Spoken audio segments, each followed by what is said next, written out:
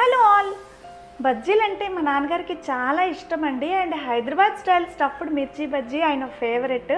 Village వెళ్ళిన తర్వాత ఆయన ఈ హైదరాబాద్ స్టైల్ మిర్చి బజ్జీ చాలా మిస్ అవుతున్నారండి. సో మేము లాస్ట్ వీక్ విలేజ్కి వెళ్ళినప్పుడు కట్టెల పొయ్యి మీద మా నాన్నగారి కోసం హైదరాబాద్ స్టైల్లో చింతపండు గుజ్జుతో స్టఫింగ్ నింపి మిర్చి బజ్జీ తయారు చేసామండి. సో ఈరోజు మీకు నేను ఆ బజ్జీ ఎలా తయారు చేయాలో చూపిస్తాను. Let's start.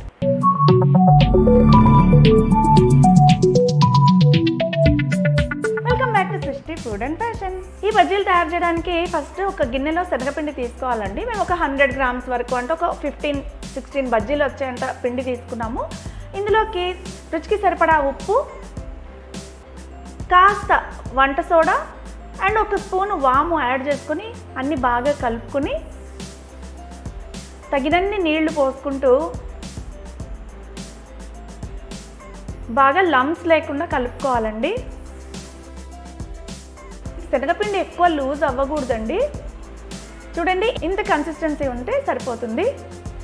ఇప్పుడు ఈ శనగపిండిని ఒక 10 నిమిషాల పాటు పక్కన పెట్టుకోవాలి. పిండి కలిపిన వెంటనే వేసే బజ్జీ కంటే 10 మినిట్స్ మ్యారినేషన్ తర్వాత వేసే బజ్జీ చాలా టేస్టీగా ఉంటుందండి. ఇప్పుడు స్టఫింగ్ తయారు చేసుకుందాము. దీనికోసం ఒక గిన్నెలో కాస్త చింతపండు గుజ్జు తీసుకోవాలి. ఇందులోకి రుచికి సరిపడా ఉప్పు, ఒక స్పూన్ వాము, ఒక స్పూన్ శనగపిండి వేసుకుని బాగా కలుపుకోవాలి. ఇది హైదరాబాదీ స్టైల్ స్టఫ్డ్ మిర్చి బజ్జీ అండి. హైదరాబాద్లో ఎస్పెషల్లీ సనత్ నగర్ ఏరియాలో ఈ స్టఫింగ్ వేసి బజ్జీ చేస్తారండి. సూపర్ టేస్టీగా ఉంటుంది. మా నాన్న ఫేవరెట్ అది. సో ఇప్పుడు మన స్టఫింగ్ రెడీ అయిపోయింది. తర్వాత కొన్ని మిరపకాయలు తీసుకుని కింద ఎడ్జెస్ కట్ చేసుకోవాలండి. అలాగే వేస్తే మిరపకాయలు పేలుతాయి.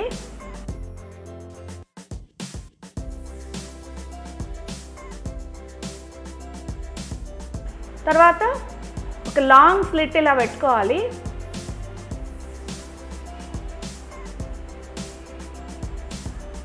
ఇవి బజ్జీ మిరపకాయలు కాదండి, ఇవి రాయలసీమ మిరపకాయలు కాబట్టి కొంచెం కారం ఎక్కువ ఉంటాయి. అందుకని మేము గింజలు తీసేసి యూజ్ చేస్తున్నాము. బజ్జీ మిర్చి అయితే అలాగే వాడేసుకోవచ్చు.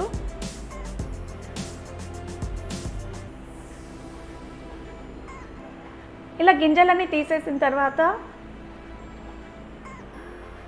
ఒక్కొక్క మిరపకాయలో ఇందాక రెడీ చేసి పెట్టుకున్నాం కదండి చింతపండు స్టఫింగ్, దాన్ని అన్ని మిరపకాయల్లోకి ఇలా నింపేసుకోవాలి.